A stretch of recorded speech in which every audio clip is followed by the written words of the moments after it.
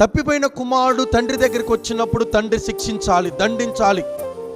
నీకు వచ్చింది నీకు ఇచ్చేశాను, నీకంతా నీ వాటా నీకు ఇచ్చేశాను, మొత్తం పోగొట్టుకొని తండ్రి దగ్గరికి వచ్చినప్పుడు ఈ తండ్రి కుమారుడిని గద్దించాలి, కుమారుడిని ద్వేషించాలి. కానీ ఎప్పుడైతే తప్పిపోయిన కుమారుడు తండ్రి దగ్గరికి వస్తున్నాడో ఆ తండ్రి ఆ కుమారుడిని చూసి, కుమారుడు పరిగెత్తుకుంటూ రాలేదండి, ఈ తండ్రే పరిగెత్తుకుంటూ కుమారుడి దగ్గరికి వెళ్ళి అతని కౌగిలించుకొని మెడ మీద ముద్దు పెట్టుకొని ప్రశస్తమైన వస్త్రములు తొడిగించి చేతికి ఉంగరములు పెట్టి ఒక లేత దూడపిల్లను విందు చేయించి ఆ ప్రజలందరికీ సంతోషంగా విందు చేయిస్తున్నాడు.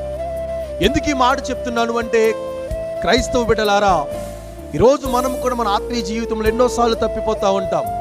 చూపు ద్వారా, మాట ద్వారా, ప్రవర్తన ద్వారా, తలంపుల ద్వారా మనం తప్పిపోతూ ఉంటాం. తప్పిపోయిన కుమారుడు తండ్రి దగ్గరికి వచ్చినప్పుడు తండ్రి పడే సంతోషము